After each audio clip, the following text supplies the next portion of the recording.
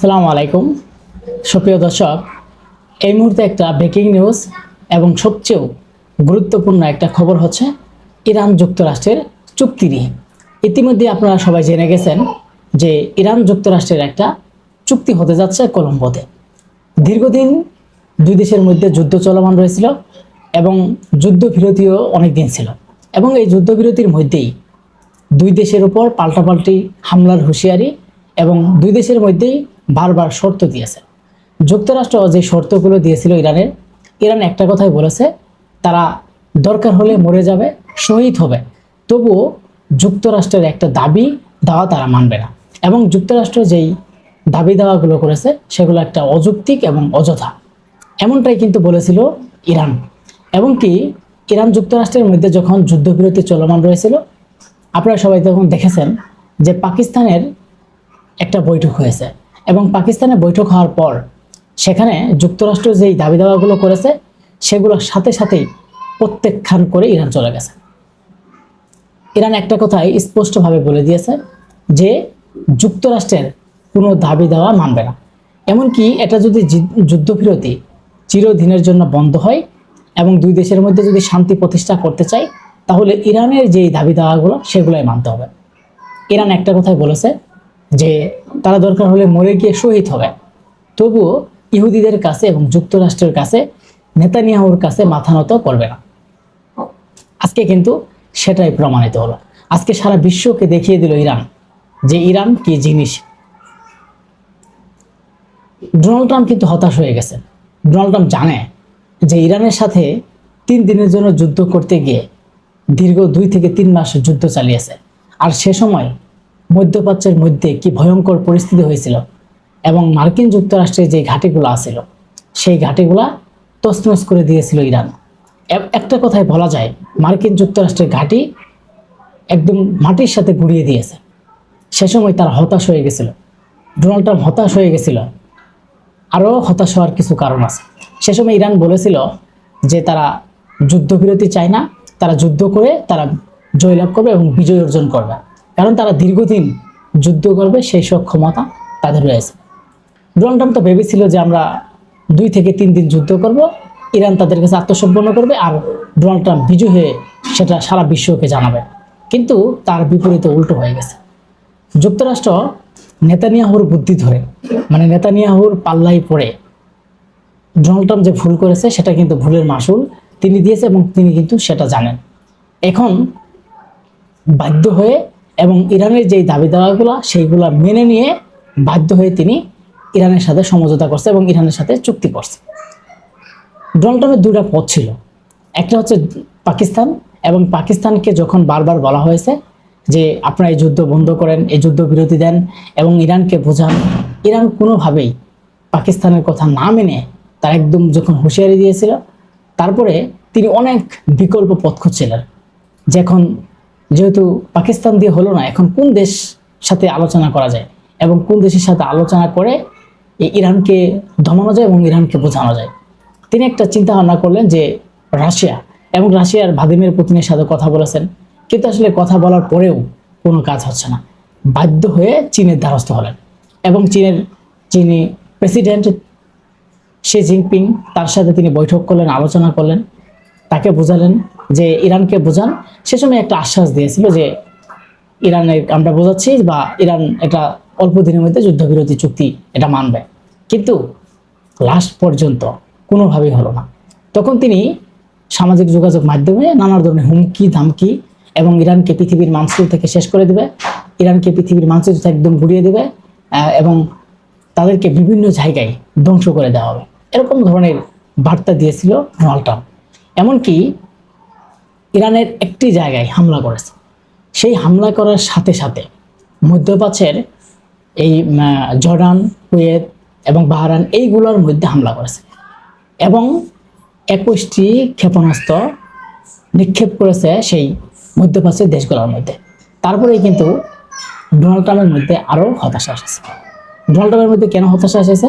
Donald Trump ভেবেছিল যে এতদিন পর হয়তো তাদের যুদ্ধ করার আরও সক্ষমতা নেই, এখন তারা আর আগের মতো এগিয়ে যেতে পারবে না, কারণ তাদের সব কিছু শেষ হয়ে গেছে।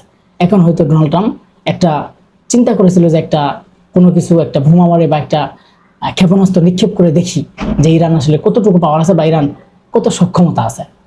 তারপর কিন্তু ইরান সাথে সাথেই 1 মিনিটের মধ্যেই যখন সাথে সাথে জবাব দিচ্ছে, তখন কিন্তু ডোনাল্ড ট্রাম্প বুঝতে পারছে যে ইরান যে আগের চেয়েও আরও বর্তমানে অনেক স্পিড, আরও শক্তিশালী। আজকে ইরান সারা বিশ্বকে দেখাচ্ছে যে দেখেন, কখনো তারা সেই যুক্তরাষ্ট্রের কাছে মাথা নত করে না, যেই যুক্তরাষ্ট্রের কাছে সারা বিশ্ব মাথা নত করে এবং সারা বিশ্বই যুক্তরাষ্ট্রের কথাই মানে। এমনকি ডোনাল্ড ট্রাম্প যে আইন করে সেই আইনগুলো মানতে বাধ্য হয়। কিন্তু একমাত্র ইরানই দেখিয়ে দিল যে যদি যুক্তরাষ্ট্রের কথা না মানেন, যদি তাদের সার্বভৌমত্ব রক্ষা করার জন্য চলেন, তাহলে না মানলে কি হয় এটাও তারা দেখিয়ে দেবে যে যুক্তরাষ্ট্রের কথা তারা মানে নাই এবং তাদের সার্বভৌমত্ব রক্ষা করার জন্য তাদের যে অগ্রাধিকার, তাদের যে দাবি, তাদের যে যৌক্তিক দাবি, সেগুলাই কিন্তু আজকে প্রমাণ করে দিল। এবং সারা বিশ্ব এখন প্রশংসা করছে যে দুই দেশের মধ্যে যে মিল হয়ে যে একটা চুক্তি হতে যাচ্ছে, এটা সারা বিশ্ব নেতারাই আজকে প্রশংসা করছে যে হয়তো এই দুই দেশের মধ্যে সামনে আরো ভালো কিছু হবে। কিন্তু কেন করছে? তার কারণ হচ্ছে যে ডোনাল্ড ট্রাম্প যে ইরানের কাছে মাথা নত করলো এবং মাথা নত যে করছে, এটাই কিন্তু সারা বিশ্বের মানুষ এখন জেনে গেছে। যদিও ডোনাল্ড ট্রাম্প বারবার বলছে যে ইরানের অনেক ছাড় দেওয়ার কারণে, ইরানের অনেক আকতি মিনতির কারণে তারা সেখানে চুক্তি করতে বাধ্য হচ্ছে, তাছাড়া তারা করতো না। কিন্তু আসলে মুখে মুখে যতই বলুক, অন্তরের খবর কিন্তু অন্তরে জানে। আজকে ডোনাল্ড ট্রাম্প জেনে গেছে যে এবার যদি আবারও নতুন করে যুদ্ধ শুরু করি, তাহলে মধ্যপ্রাচ্যের মধ্যেও যে একটা ভয়ঙ্কর পরিবেশ তৈরি হবে। মধ্যপ্রাচ্য এমনি তো তারা কখনো যুদ্ধ দেখে নাই, এবং এই যুদ্ধ মানে ইরান যুক্তরাষ্ট্রের যুদ্ধ যখন চলমান ছিল, তখন মধ্যপ্রাচ্যের মধ্যেও যে একটা ভয়ঙ্কর পরিস্থিতি হয়েছিল, সেখান থেকে মধ্যপ্রাচ্যের মধ্যেও একটা চাপ দিয়েছে ডোনাল্ড ট্রাম্পকে যে আপনি যেভাবে হোক যুদ্ধবিরতি করেন, না হলে হয়তো তাদের উপর আবারও আক্রমণ হবে ভয়ঙ্কর। কারণ কুয়েতের বহুত ক্ষতি হয়েছে এবং সৌদি আরবের অনেক ক্ষতি হয়েছে, যে কারণে ডোনাল্ড ট্রাম্প কিন্তু এখন বাধ্য হয়ে তিনি বিরতি চুক্তি করতে বাধ্য হচ্ছেন। আজকে ইরানের কাছে তিনি মাথা নত করছেন। এমনকি কিছুদিন আগেও তিনি বলেছিল যে ইরানের প্রেসিডেন্টের সাথে তিনি বৈঠক করবেন, কথা বলবেন, আলোচনা করবেন। তিনি জানেন যে আমি যত চেষ্টাই করি, যত রকমের কথাই বলি, ইরানের সাথে বেড়ে ওঠা এত সহজ নয়।